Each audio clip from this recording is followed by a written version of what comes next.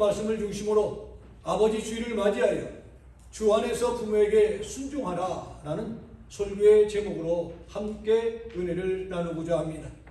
오늘은 아버지 주일입니다. 부모님의 은혜를 깊이 간직하는 교우들이 되기를 원합니다. 또한 부모님을 위해서, 공경을 위해서 스스로 노력할 수 있기를 원합니다. 혹시 내 곁에 계시지 않고 천국에 가신 부모님이라면 부모님의 평소의 말씀과 혹 유언의 말씀이 계신다면 그 말씀에 따라 자녀로서 바로 살아가고 있는가를 한 번쯤 뒤돌아보면서 회개하며, 또 살아계신 부모님이 계시면 부모님 공경에 최선을 다할 수 있는 우리 모든 후손들이 됨으로 인하여 가문을 일으키는 후손들이 되기를 주의 이름으로 간절히 축복을 드립니다. 인간이 행복한 인생을 살려면 관계를 중요하게 생각을 해야 하는 것입니다.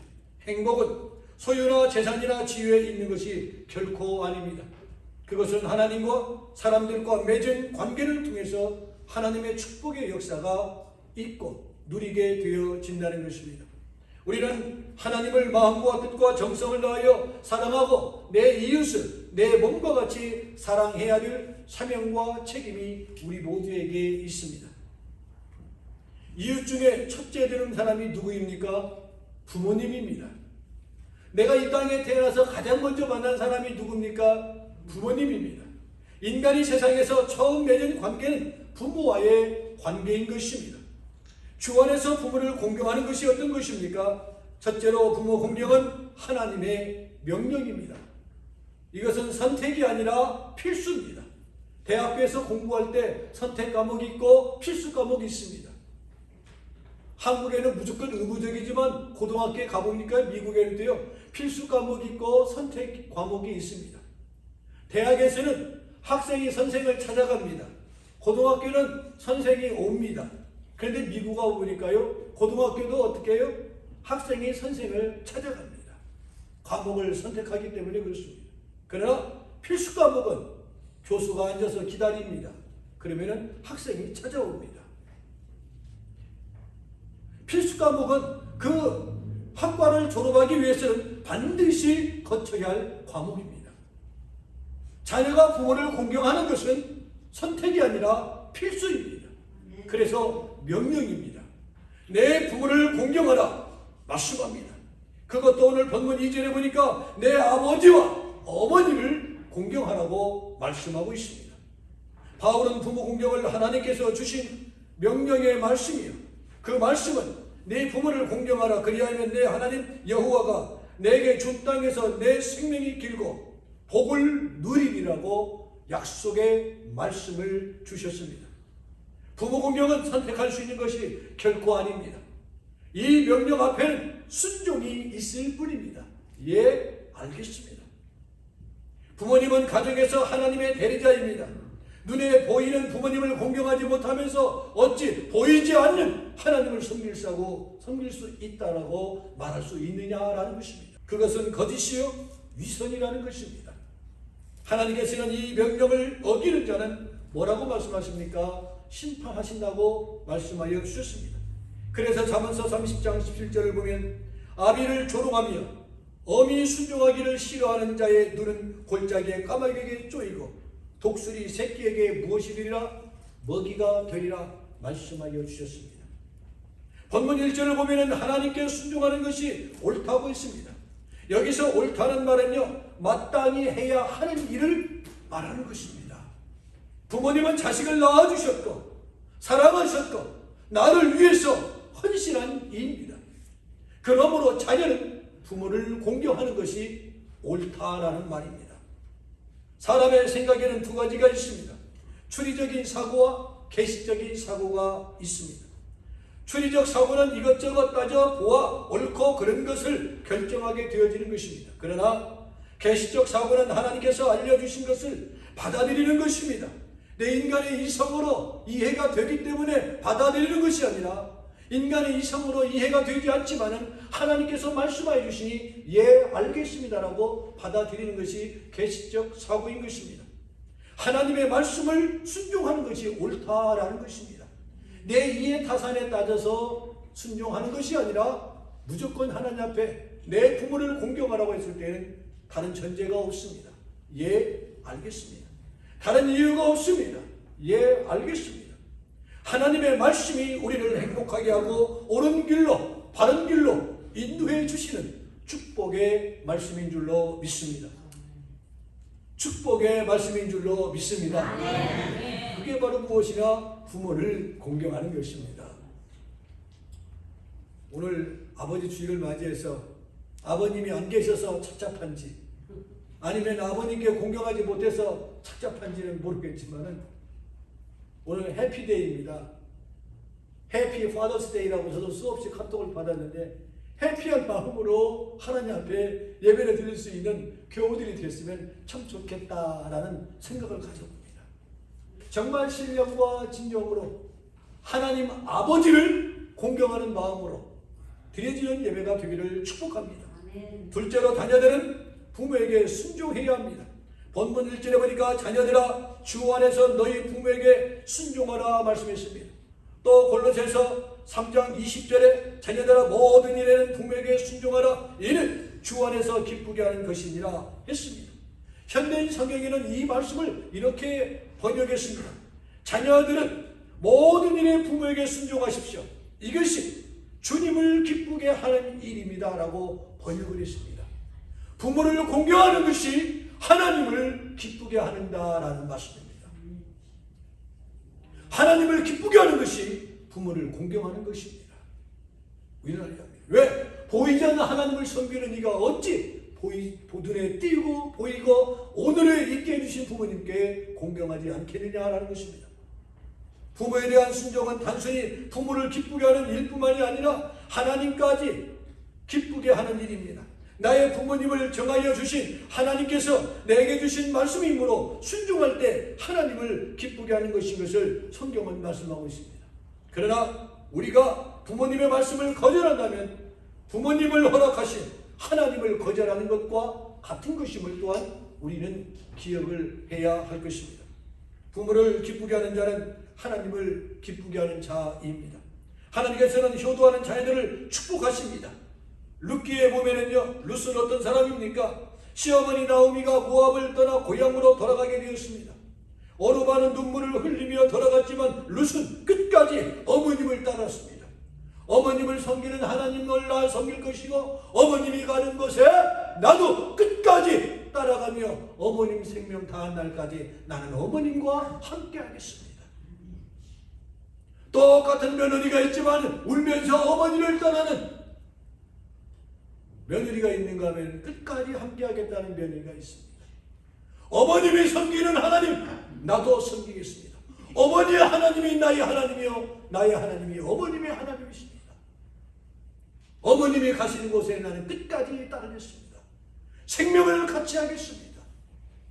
그 효심으로 인하여 그는 큰 축복을 받은 것을 성경을 통하여 우리는 보게 되어집니다. 룻은 어려운 환경 가운데서 최선을 다하여 어머님을 섬겼고 어머니의 필요를 채워주셨고 말씀에 순종한 며느리인 것을 봅니다. 결국 그는 땅에서는 복만이 아니라 메시아의 계보를 잇는 하나님의 은총을 누린 귀한 주인공이 되었다라는 것입니다. 부모를 공경하고 효를 행하는 자녀들에게 이러한 축복의 말씀이 있는 것을 염두에 두시기 바랍니다. 그래서 그는 어떻게 되었습니까? 룻은 다윗의 증조 할머니가 되었고 예수님의 족보에 들어가는 영광을 얻게 되었습니다. 마지막 셋째로 주 안에서 부모에게 순종하라 있습니다. 오늘 본문 1절에 보니 주 안에서 너희 부모에게 순종하라 말씀했습니다. 주 안에서란 말씀이 무슨 말씀입니까? 자녀가 부모님에게 순종할 때 주께 순종하는 범위 내에서 해야 한다는 것입니다. 주님께 순종하듯이 부모님의 말씀에 순종하라 했습니다. 부모에 대한 자녀의 순종은요, 동서고금을 막론하고 일륜이며 마땅한 일입니다. 부모님은 우리를 낳아주셨고 우리를 양육해 주셨습니다. 순종이란 말의 어근은 잘 듣는다라는 뜻입니다. 사람은요, 다른 사람의 인격을 인정할 때 경청하는 자세를 갖습니다. 잠언서 23장 22절을 보면은 너를 낳은 아비에게 청중하고 내 늙은 어미를 경히 여기지 말라 말씀했습니다. 자녀는 부모님을 인정하고 순종해야 합니다. 부모님이 존재의 의미를 느끼도록 기쁘게 해드려야 합니다. 살아야 할 필요성을 느낄 수 있도록, 사는 것이 행복해질 수 있도록 자녀는 부모님을 즐겁게 해드려야 돼요. 그게 공경인 것입니다. 내가 일을 하기 때문에 고단한 것이 아니라 자녀들에게 행복을 느끼지 못하기 때문에, 살아야 할 필요성을 느끼지 못하기 때문에 늘 죽지 못해 산다라고 표현합니다. 그러나 자녀는 부모님이 살아야 할 필요성을 느껴질 수 있도록, 내가 이렇게 오래 살다 보니까 더 좋은 모습을 보니 내가 오늘 죽어도 여한이 없다라고 하는 말을 들을 줄 알아야 한다는 것입니다. 그것이 바로 뭐냐? 주 안에서 부모님을 공경하는 것입니다. 그리스도인은 항상 부모님의 은혜를 기억하고 부모님의 가르침을 따라 살며 부모님을 존중하게 여길 줄 알아야 하는 것입니다. 사람을 향한 첫 번째 계명인 부모님을 공경하라 하신 하나님의 말씀에 순종할 수 있는 저와 여러분이 되기를 축복합니다. 이제 말씀을 마치겠습니다. 유대 민족이 수세기 동안 나라를 이끌든지 가정이 유대 민족이 되었고 가정이 유대 국가가 되었다는 것입니다. 유대인들의 아버지는 자녀들에게 있어서 율법의 권위와 표준이었습니다. 부모에게 절대 순종하는 정신이 유대 민족을 그토록 위대한 민족으로 이끌었던 것입니다. 지금도 그 율법을 철저하게 지키며 위로 만군의 여호와를 섬기며 아래로 부모님을 공경하며 형제간에 우애하면서 민족이 똘똘 뭉쳐서 전 세계 어디에 있든지 나라가 위태로울 때 보통 사람은 나라를 떠나지 마라, 전쟁을 피하지 마라. 전 세계 유일한 민족 유대인들은 나라가 위태로울 때 전쟁이 되어지면 전 세계에 되어 있는 젊은 청년만이 아니라 연로하신 어른들까지 전쟁터로 모여든다는 것입니다. 그것이 바로 뭐냐? 가정교육을 통해서 나라를 사랑하는 마음에서, 나라가 가정이요 가정이 국가요 그들은 한 몸 한 채 항상 그렇게 살아왔기 때문에 그렇습니다. 그래서 나라를 위해서 무엇인가 도네이션 해야 한다 같으면 전세의 재산을 내어놓을 정도로 그들에게는 헌신적인 있음을 봅니다. 그거는 누구의 가르침이 아니라 부모님으로부터 대대로 내려오는 훈계를 통해서, 가훈을 통해서 나라와 민족을 사랑하고 가문을 일으키는 후손들이 되었던 것을 우리는 염두에 두어야 할 것입니다. 사랑하는 성도 여러분, 우리는 대한민국을 떠나 미국에 왔습니다. 밥 세끼 먹고 사는 것이 최고가 아닙니다. 저는 미국에 살면서 늘 느낍니다. 미국의 우리의 생활은 최악의 생활입니다. 왜요? 집이 있든 없든 우리는 사월세예요. 따지고 보면 한국의 최고의 악적인 생활은 뭡니까? 사월세입니다. 전세보다도 못합니다. 매월 폐문하지 않으면 생활하기 어려운 것이 사월세라고 표현합니다. 우리는 미국에서 그렇게 사월세로 매월을 살고 있습니다. 걱정하며 염려하며 아파도 나가서 일을 해야 될 상황과 여건과 환경과 처지에서 살아가고 있습니다. 그러기 위해서 저는 미국에 결코 온 것이 아닙니다. 내 당대는 힘들고 어렵지만 내 후손이 하나님을 바로 섬기고 가문을 일으키는 후손들이 되고자 하는 간절한 꿈과 비전과 소망에서 우리는 미국에 온 줄로 믿습니다. 마치 노래말처럼 꿈을 안고 왔단다, 내가 왔단다 하는 것처럼 우리는 그 꿈을 향하여 날마다 기도하며 최선을 다하고 있습니다. 그 꿈 놓지 마시기 바랍니다. 우리는 신앙의 유대인이 되어야 할 줄로 믿습니다. 하나님의 자녀는 말씀으로 가정을 일으켜야 하는 것입니다. 그러기 위해서는 구약의 레갑 후손들이 대대로 부모의 명을 쫓아 포도주를 입에 대지 않고 순종함으로 복을 받았습니다. 왜? 포도주로 인하여 가문이 망했기 때문에 또다시 반복되는 일이 없도록 포도주를 내 입에 대지 말라. 후손들은 순종하여 하나님의 축복을 누리는 가문으로 다시 일으켰던 것을 여러분 기억하시기 바랍니다. 우리 부모님을 주 안에서 순종하고 공경하며 아름다운 가정을 꾸미며 또한 나를 낳아주시고 오늘에 있게 해주신 부모님, 특별히 아버지 주일을 맞이하여 코로나 바이러스의 직장을 잃고 또 아버지로서의 자리를 지키기가 어려운 환경과 처지에 있는 이때 아버지를 세워드리는 가정들이 되기를 원합니다. 힘을 북돋아줄 수 있는 가정들이 되기를 원합니다. 그래서 이번 기회를 통해서 가장 힘들고 어려울 때 나의 아버지가 내 생애 2021년도는 최고의 해였다고 자평할 수 있는 그런 가정으로 세워드릴 수 있는 우리 모두가 되기를 축복합니다. 부모님이 천국에 가셨다면 부모님 앞에 다시 한번 부모님의 평소의 말씀과 혹 유언이 계신다면 유언의 말씀을 가슴 깊이 간직하면서 자녀로서 내가 그 기대에 버금가는 삶을 살아가고 있는지 뒤돌아보며 잘못한 것은 회개하며 잘못된 것은 내 대에서 끊으며 더 좋은 면은 계승하면서 가문을 일으키는 자녀가 되겠습니다. 오늘 일부 예배 때 요셉에 대해서 설교를 했습니다.